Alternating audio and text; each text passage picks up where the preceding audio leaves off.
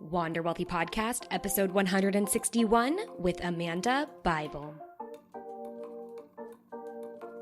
Hello, everyone. Welcome back to another episode of the Wander Wealthy Podcast. My name is Tess. I'm the host. I'm your wealth and mindset coach and founder of Wander Wealthy. And today I am joined by a dear friend, Amanda Bybel. I had the pleasure of meeting and connecting with Amanda at our certification training in January of 2020, and it has been such a wonderful time to be able to catch up with her on this podcast episode. Amanda is a life and success coach, and she helps fellow business owners connect with their inner badass, access their true identity, and unleash the inner magic that has been there all along. Amanda and I had such a fun time chatting in this episode, and I was so excited to chat with her because I remember witnessing the way that she worked in the certification program that we were in and how she was putting herself out into the world as a coach and how different it was from the way that I had learned how you're supposed to do business. And I had been also witnessing other people doing business. And so I was so intrigued by that. And one of the things that Amanda really latches onto when it comes to doing her work and doing it a bit differently than the way you would expect, people to do work is by really honing in on her identity and her future self identity, the higher level self identity, the identity of the person that she is becoming, not necessarily the identity of who she is today. And this is really interesting. You're going to learn much more about identity work and the importance of it all when it comes to achieving any type of goal that you might have. And you're also going to learn in this episode how Amanda has done some things differently when it comes to her business. And it's really panned out for her in a very, very successful way. So we're going to dive into this episode, number 161, with Amanda Bybel. Amanda, welcome to the Wander Wealthy Podcast. I am so excited to have you on the show today. We're going to talk about identity and probably a lot of other things that we can go off from there, but just wanted to first of all welcome you to the show. Yay! Thank you so much, Tess. I am so excited to be on the show today, especially because I have been manifesting podcast interviews. And when you asked if I wanted to be on here, I was like, this is a definite hell yes. And your topic's awesome. Thank you so much. Yay. And of course, we're going to talk about money, and I can't wait to get into that. But before we do, I'd love for you to just tell us a little bit about your story. How did you get into the work that you do, and what is the work that you specifically do today? So I am a certified life and success coach. I run a high-level masterclass for women who are online businesses looking to 2x to 10x their income and impact. I am also in launch mode for a certification for people wanting to be certified in life and success coaching and NLP. I was not always at this level. So a little bit about me. I went from corporate burnout to corporate dropout. So I spent the better half of a decade hopping from job to job, wanting to, increase my salary because, this is a money podcast, because I thought money was going to make me happy and fill the void. But turns out that's actually not the case. I don't know if you ever had that experience before, but it was every job hop I made, every job hop I took. I was just finding myself more and more energetically drained. I started every single side hustle in the book, including, trying to flip mobile homes, trying to sell juices I was allergic to. I was creating organic scrubs out of my kitchen, and nothing ever seemed to work for me. And I couldn't just figure out why. And then last year, I found a coach who I was really, really attracted to, as in the law of attraction. And it was around the time when I had this mental breakdown. I just had a meltdown, and my husband was like, well, you can't quit your job. we live in New York City. It's expensive here. Like, we need your income. And I just didn't know how I was going to do it anymore. And I found this coach, and I used her as like my spirit animal. I was asking her questions. I enrolled in her master class, and then ultimately becoming certified was the thing that allowed me enrolling in the master class and then enrolling in the certification was the thing that allowed me to leave my corporate job and give myself permission to really create the success that I wanted to in my life. That's amazing. Yeah.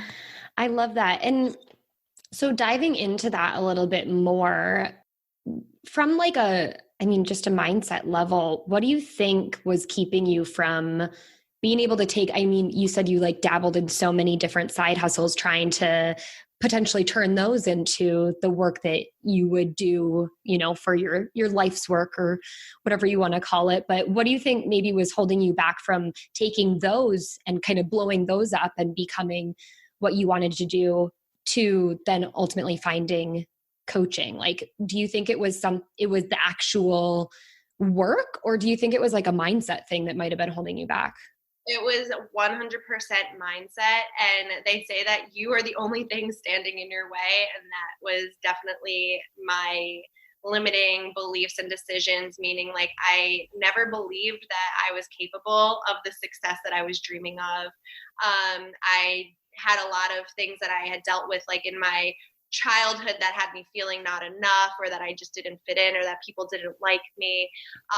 So I believe, and actually I know that those beliefs that I hadn't been able to let go of during my time of like dabbling in all those side hustles, which I hate that word. But I hadn't let go of those beliefs yet. So I was in that cycle of self-sabotage. And look, there's plenty of people in the world who like try to set a goal and get the goal, then don't achieve the goal and then give up. And like, that was me, for years. And I just didn't know how to get out of that cycle. Yeah. And we're going to talk a little bit more about like goal setting and how to tap into identity here in a little bit. But before we go into that, I'd also love to know, just from your story, how money played a role in your life growing up, as well as even in, your early career. And you had mentioned that you were kind of chasing the paycheck, but can you trace that back to, what money was like for you as a child, or how you grew up around money, and how maybe you were self-sabotaging the income component as well from those side hustles to, obviously things are different now. We'll talk about that later. Yeah, of course. So, growing up, I was, my family was very well off. My father was also an entrepreneur. He never graduated high school, never graduated college, but started his own business. And with his business, he was very successful. And I guess seeing that, I always thought that I was going to be an entrepreneur like him. Mm-hmm. But I was also irresponsible with money growing up, because I had things, I don't want to say I was spoiled, but I had things easily handed to me. So I don't think I had that like work ethic there. Mm-hmm. And then my sister is also a very successful entrepreneur as well. She never graduated college either. And I think maybe because I did go to college and I did graduate, like I had all of these expectations that I was going to maybe even supersede their success. And because I had all of these expectations on myself, I stayed stuck, because I put so much pressure on myself to be successful that I would fall short because my measure of success was so high. Does that make sense? Mm-hmm. Yeah. And that is such a good point to make. I think that like so often, especially I notice it a lot. I don't know if it's like the kind of community that I grew up in, or it's actually the culture of the US. Cause I notice it a lot less outside of the US, but like the expectation of like getting a college education so you can make a lot of money and be successful, and that money is going to bring happiness. Like all of that is, when you break it down, it's kind of a lie. I like hate to say that, but I don't want to say that people shouldn't go to college. And on average, if you look at people who if you look at the scale of like, is college worth the investment and, the time and whatnot, on average, it is worth it, but it doesn't necessarily guarantee that your life is going to be successful, and making a lot of money or being financially successful doesn't guarantee that you're going to be happy or fulfilled. Totally. And it's so funny because we were literally just talking about this, Tess, and again, not to, prevent people from going to college or not to knock it, anyone who has gotten their degree, but there's so many successful people who have really just connected with what is aligned for them and what they want to do and like what they love, and created massive success out of that. It's not your typical graduate high school, go to college, get a career, and then, retire. Mm-hmm. Yeah. Oh, I love this. I think that there's so much more that we can dig into here as it relates to the main topic of the episode. And I just want to continue to drive home with this because I've been able to get to know you a little bit more we went through the certification together, and we're going to be rooming together for our master level certification, which is really exciting. Oh yeah. And one thing that I've learned about you is that you're very good at just like kind of like busting through all of the perfectionism and like what I think a lot of people get tripped up or wrapped up in, okay, in order for me to build a successful business or in order for me to do this the right way, I have to do it like everyone else is doing it, or I have to do it, I have to like check all the boxes. And to get more specific, I think you, up until very recently, and you've built a very successful coaching business for yourself, you didn't have a website, which like, I think for a lot of people going through kind of like basic business building 101, all the courses out there about that, like the number one thing they talk about is building a website. So I'd love to understand a little bit more about even just like your mindset about how you kind of quiet out the noise and you just do what you know is going to bring in ultimately the return on the value that you're providing, which usually ends up being money. So with the website thing, I am someone who gets totally and completely stressed out when it comes to technology, automation, any sort of proper planning. And I guess like in the beginning, like when I first started my journey as like an entrepreneur, like, when I was doing the scrubs or the real estate and the MLMs, like I always wanted things to be perfect. And what I realized is the more time I spent behind the scenes, like the longer it took me to bring it into reality. And then I was behind the 8 ball at that point because like I just didn't, there was always something to fix. Does that make sense? Yeah. So when I dove into coaching, I'm like, I need to do things different. I need to just put it out there and just see what happens. And it's been a learning experience. And as far as like not having a website, like my links on the website now still don't work. Like I tried really hard, but honestly, a 1-page website that probably would take someone 10 minutes took me like 4 days. And that just goes to show why I didn't have it to begin with. You know what I'm saying? Mm-hmm. Because it's the things in the background, like no one's attracted to my website. The reason why they're coming to me is because of my energy and the value that I provide. It's not the website that I've built, Yeah. Does that make sense? I think that is so important because I work with so many individuals who get super wrapped up in all of the background stuff. And it's like, that's not why people are wanting to work with you. But we get so stuck on it. Yeah. And it's like what we teach other people as well is like, we don't want to get caught up on the perfectionistic, if that's even a word, tendencies.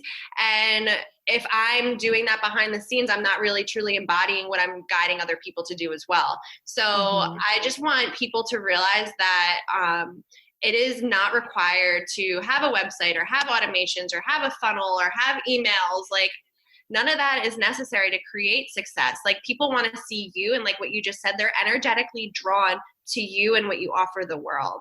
And they're not going to care if you can help them build a website or not. Yeah. It's great advice. And it just like, it'll save anyone who is just starting out or anyone who's just getting so inundated with like the perfectionism and the expectations of doing everything right.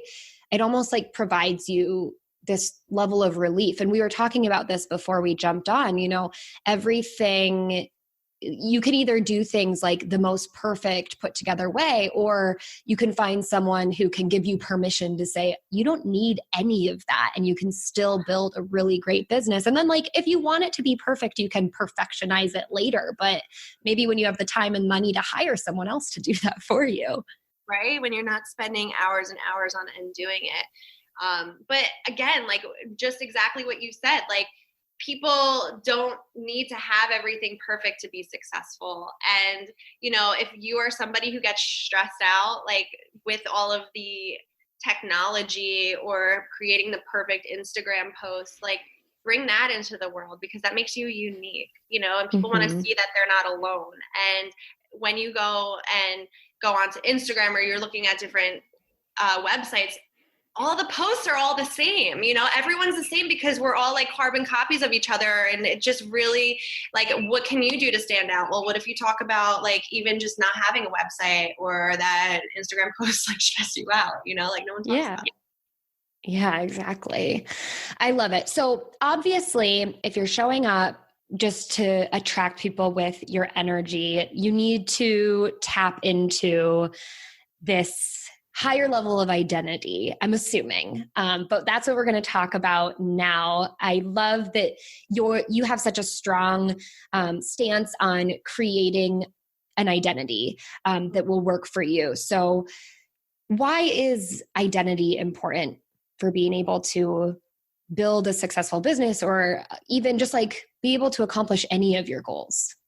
Well, first of all, having an identity is like a lot more fun, like a higher level identity. So what I do like with, in my classes and my clients is I talk women through how to create that like really high vibe alter ego, like your Sasha Fierce or your Posh Spice. And like, who is that version of you that has the thing that you're working towards, and create her.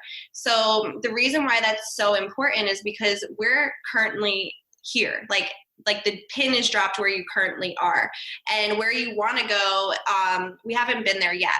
You know what I mean? So in order to get there, we have to start doing things differently than we are currently doing. And if you're familiar with like the logical levels of change, like there's different levels of this triangle where like the bottom two levels are environmental and behavioral changes. And then the top level is identity.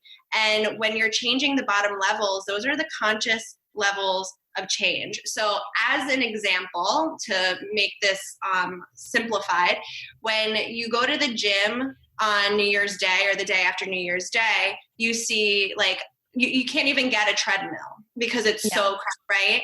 And then a week later, it starts to fizzle down a little bit. And then by, mid-January, you're like back to choosing whatever treadmill you want to work out on because the gym's empty. And the reason for that is people are changing their behavior or their environment, like that conscious level, for a very short period of time. And it's obviously not sustainable. But when you're changing at the identity level, which is the subconscious level of who am I, if you identify as a person who works out every day, you're then going to work out every day. Does that make sense? Yeah, that is such a good example too. And I think we've all experienced that, whether we're the ones going to the gym or we're the ones with the New Year's resolution to go to the gym. And we know like, yep, we're not going after a couple of weeks. And it's, I mean, you can apply it to any goal.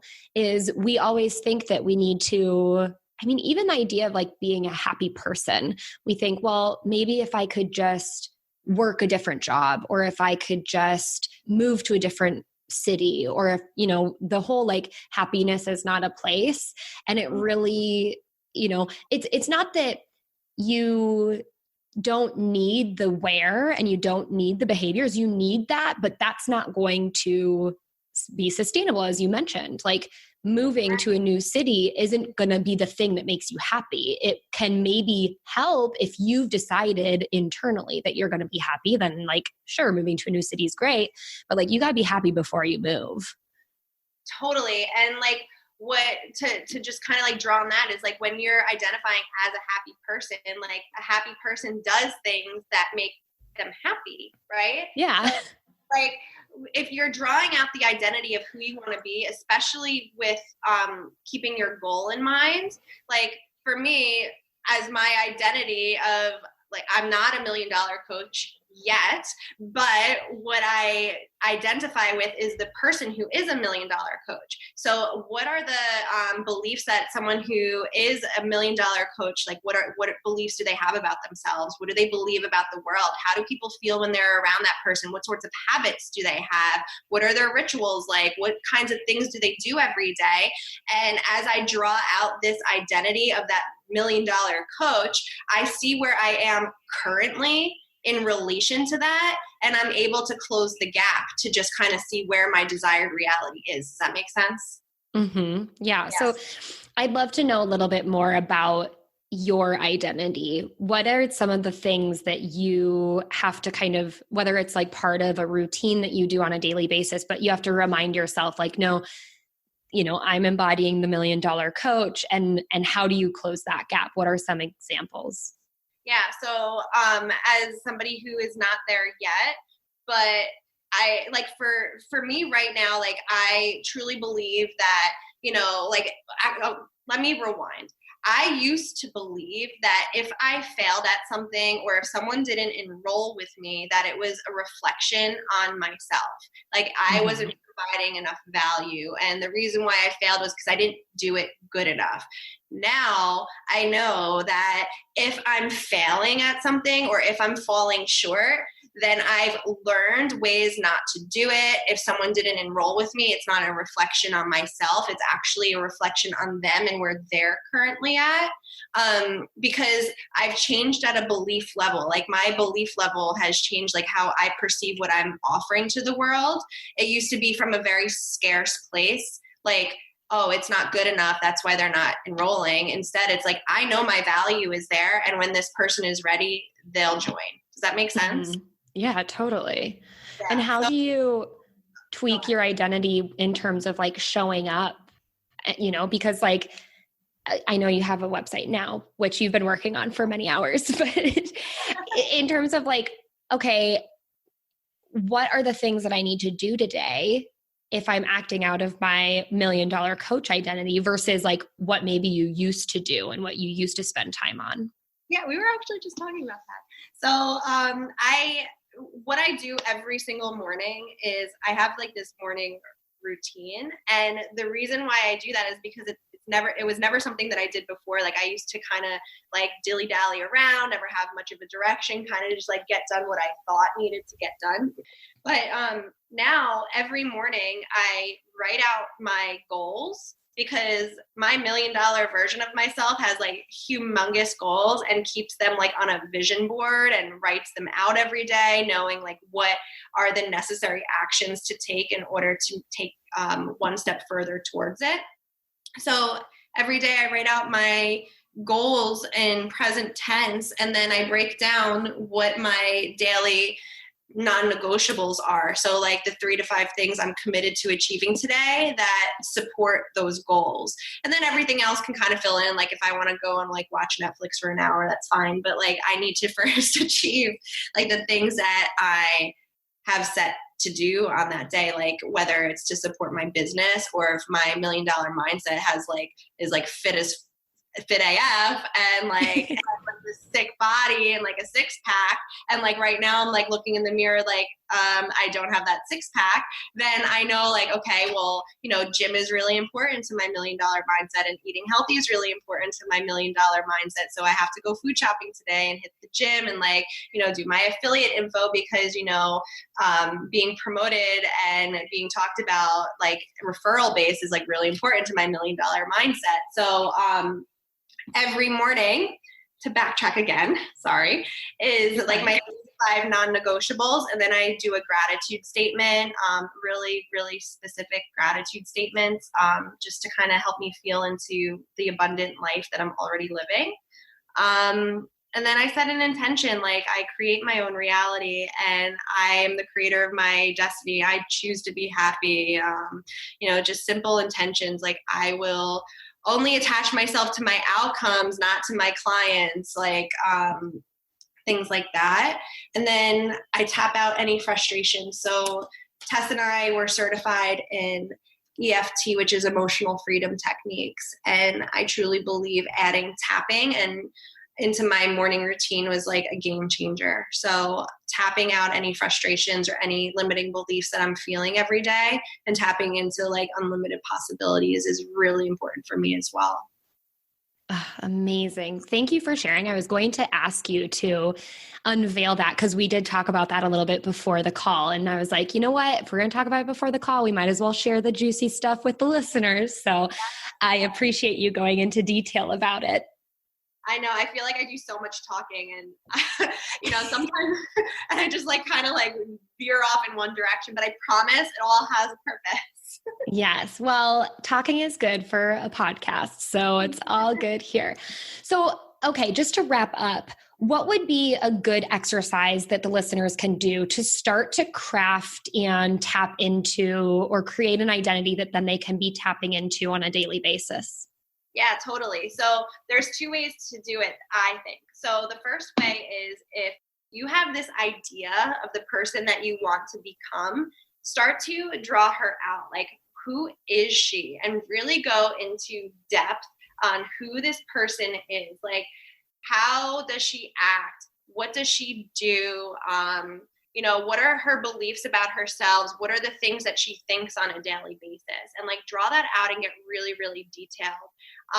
And then next to that, maybe write where you're currently at in relation to it. So you can see what needs to shift.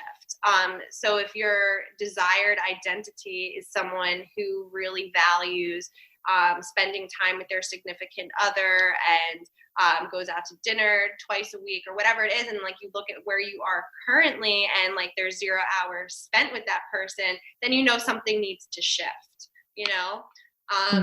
along with maybe the beliefs about themselves. Like, I'm a fit AF gym rat who really cares about my body, and right now you're chowing down on cheese fries and onion rings. Maybe you have to shift something a little bit in that arena as well. Mm-hmm. So just make that list of all the desired states that you want to feel, all the desired beliefs you want to feel, all the desired, things about your life in general. And then on the other side where the current reality is, and then take a look at the shifts that need to happen. It's a really good place to start. Awesome. Amanda, thank you so much for sharing all of these very helpful tips and strategies and exercises.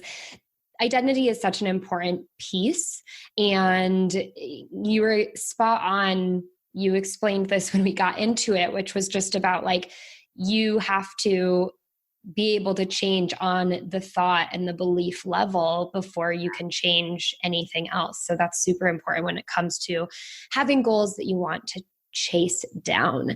We're going to go into the money round now. And this is where we get to know a little bit more about you and money, and especially modern day Amanda and her business. So tell us first and foremost, how are you making money in your business? Right now, right? Right now. Perfect. So right now I am in launch mode for a certification. So right now I have women enrolling to be certified as life and success coach and NLP practitioner, and then some other certifications as well. So there's 5 altogether. So that's the first stream of income. The second one is my master class. So the 2-month master class that I do, that's my second stream of income. And that's it right now. So those 2 things. Awesome. Yeah. What's the last thing that you've spent a lot of money on? That I spent a lot of money on. Well, I was just in the Bahamas, so the vacation was expensive. I bought a pair of designer shoes. Ooh la la. So that would be perceived as expensive as well. They're really awesome shoes though. You know what? I think if it's something that you love, you got to do it. There's no reason to, The shoe fits. when you get it, it'll come back to you in waves. Totally. It's not money going out, it's energy going out with more energy coming back. Yeah. What are you currently saving for? So my husband and I live in New York City. We are renting an apartment. So we are saving to either move into a nicer apartment or to purchase one for ourselves. Awesome. What would you say your relationship with money is like today? I love money right now. I think it's awesome. I have a very good relationship with money. I have a weekly money date where I sit in my favorite spot. I update all of my income, like all of the accounts there. I check my bank account, and it's a really good relationship. It hasn't always been. So it's a really good relationship now. Very cool. If you were handed $3 million today, what would you do with it? I would take a long vacation with the $3 million. I would, you know what, that's actually interesting. So I was taught when you have money, you're supposed to put part of it away, spend part of it, and then also give away part of it. So I would definitely donate some of that and give some to family members who were in need. And then I would use some to really just enjoy the vacation and like traveling the world. And then the other part would be saved. Very cool. All right, we're going to go into the quick and dirty Q&A round. These are just a couple fast-paced questions to wrap up the show. And the first thing I want to know is something completely random that is not in any way, shape, or form related to your business or work that you just can't stop thinking about, that you've been kind of obsessing over. Twerking. What? Like you're practicing? I took a fitness class last night, and they were surrounded by mirrors, but it was to like this like really heavy like dance music, and it's like Miami style, and lights are down, the lights are strobing, and it was like a twerking class, and I was looking at myself in the mirror, and I'm like, I need to learn how to twerk better. It's clearly going to bring my life a lot of value. But these are the benefits of running your own business and working from home. You can have a twerk break and just do a little practice. Yeah. That's amazing. Who is your favorite person or account to follow on social media? I'm obsessed with Catherine Zentina. I don't know if you know who she is. She's Manifestation Babe on social media. She is definitely my spirit animal. I love her so much. Very cool. What's the best piece of money advice that you've been told that you'd like to pass along? Always save your money. My papa used to tell me that all the time, to just hold on to your money because, it's just always good to save. Good to have. It's good to have that money. You can spend some of it on designer shoes, but you can keep some too. Yes, of course. I would never say spend money on designer shoes if you didn't have money to save. Perfect. Amanda, thank you so much for joining me today and answering all of my questions. I know money is not always the hot topic, even on podcasts, but we love to talk about it here. So thank you for joining us. Please tell us where we can find you so we can follow along with your journey and see what you got cooking. You can follow me on Instagram. You can find me on Instagram at Inner Beauty Bible, and Tess will spell that out for you so you don't spell it Bible. Right. And I'm pretty present on YouTube as well, also the Inner Beauty Bible. So you can find me there. Fantastic. Thanks again so much for coming on the show, Amanda. Tess, thank you so much for having me. I had so much fun. I am so grateful that you gave me this opportunity to talk to you and your subscribers and your listeners. And that's a wrap. Episode number 161 with Amanda Bybel. You guys know where to go to get at the show notes. Head to wanderwealthypodcast.com/podcast/episode 161. There you will get linked up to all of Amanda's social media and any other resources we might have mentioned in this week's episode, as well as some amazing resources that I have available to you. So before we shut down for the day, at least podcast-wise, and maybe you're going to listen to some more podcasts, but I just wanted to take a second to remind you that your goals are completely achievable and you can go after them and you can set big goals and make them a reality. And what I'm really, really passionate about when it comes to my clients is making sure that they're setting goals with a purpose. They're not taking everyone else's expectations or ideas and taking them on as their own goals, but my clients and anyone listening to this episode, they know, you all know, that your goals should be based on your own priorities and core values. And that's why I'm so passionate about setting purpose-driven revenue goals for your business. It's a way to set goals based on how you want to live your life, how you want to be paid from your business, how your business is going to take care of paying for taxes, yes, your personal taxes, and how your business is going to be profitable and take care of itself. Those are some main components that you need to be considering when setting business goals in the first place.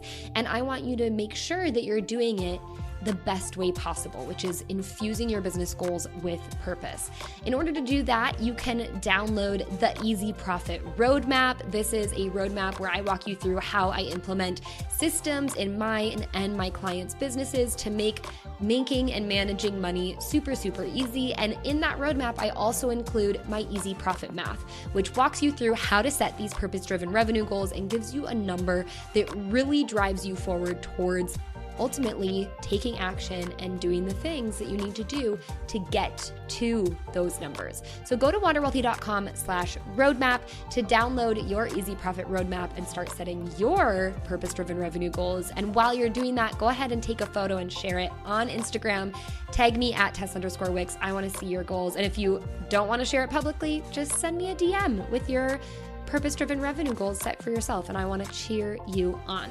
So do that and go and have a wonderful rest of your week. And until next time, I hope you wander wealthy.